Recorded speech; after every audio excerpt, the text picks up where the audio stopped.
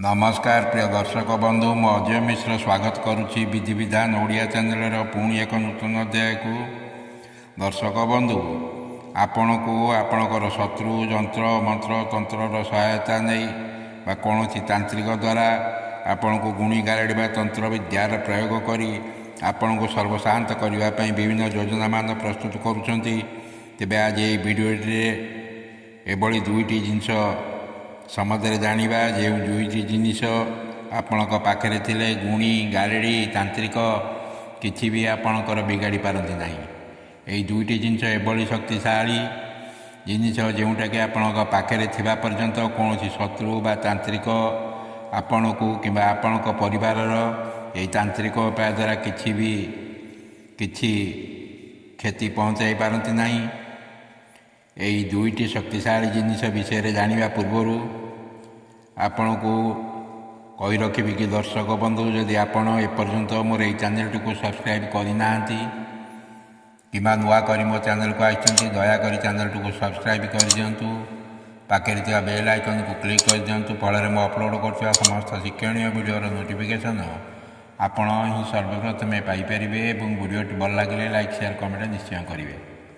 दर्शक बंधु शत्रु जो बड़े आपण को सम्मुख युद्ध हार मानी थाए बा सम्मुख युद्ध को आसवा को आपण को भय करी थाए से विभिन्न गुणी बा तांत्रिकर सहायता लोड़ी आपण को बर्बाद करने को चाही थाए।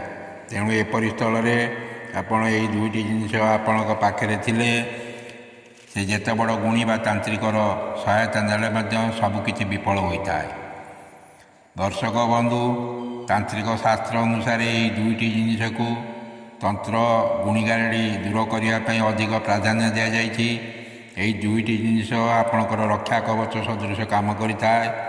दर्शक बंधु जेपरी गोटे रोग आपण जेतोटी डाक्तर पाक जी से अलग अलग औषध निश्चय लिखि था। यहीपरी गुणी बा तांत्रिक विद्या भिन्न भिन्न प्रकार थाए विभिन्न तरीक़े या प्रयोग करा जाई पारे। तेणु सबुबले निजर शत्रु बा गुणी बा तांत्रिक ठारू सर्वदा दूरे रहा उचित हे, कारण से कले बले कौशले मिठा कथा कही आपण ठारू तंत्र विद्या प्रयोग करने किसी भी संग्रह करनेबार आशंका थाए। तेणु से यथेष्ट ध्यान देवे।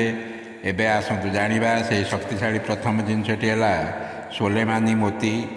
यह विभिन्न रंगर अच्छी किंतु आपण कला रंगर सोलेमानी मोती को आपण गोटे रूपा मोती देहरे या तैयारी करी आंगुली रे आपण धारण करंतु किंबा या बेकार लकेट करी आपण व्यवहार करि परिबे।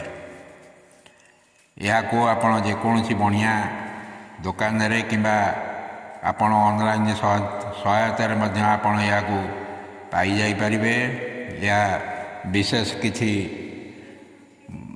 या मूल्यवान जिनस नहीं या टंका 400-500 टंका यही मोती आपन को सहज मिल जापर।